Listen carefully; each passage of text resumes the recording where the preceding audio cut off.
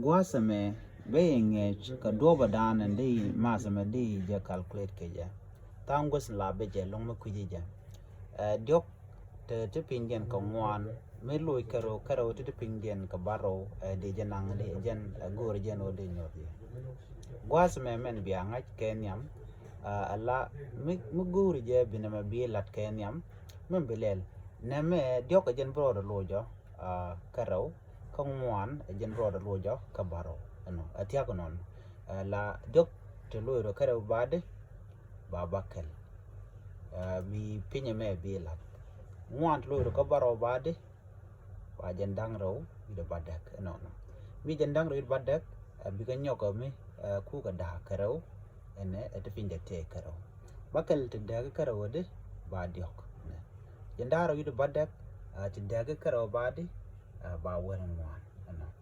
la jigde dinta diok mi de pinde te ka wen ngwan jen jigde ne men bi chu ngaji no bro chu moy ka kan me de lat mi bo kon pin gwaz me ne men ya da ka men ya mi lo cho ka da ka gwaz me te mi gor no de ngaji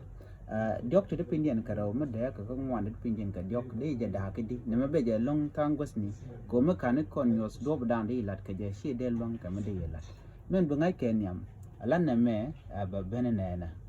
boro loch kana mene elo yirona me rawati ala rawati pinti bugo rodien loy kangu ka ngwana to to gwa to monia men ban lel tama diok to loro ka ba ka diok de ka bangwan bina bilel ba bangwan enono bi kag da bila raw to loro ka ngwan bade ba badak no bi jegde ba chwaje na mone bi ngaje no diokati mi ci ga loy ka diok bo won yal ko e jen tiang jen rawati mi ci ga loy ka ngwan bu ga ben pingwa to mon bu yo tiak kana me de jala de bana ta nyam bana jala de no se men ci kon nen won ala kele me na mene bro loy kana me kam de pinya bu ngwan ti bro loy ka ngu karaw to to nyal ton kel mu lo ka di ke di ka di ci kwa me bi ka lat ene ka ngwan lo karew ka di ka badda kana no wi chu jiglo jigde janona gorno buti ko ken bi galat ke je ban nyogo je kamada dian biata mal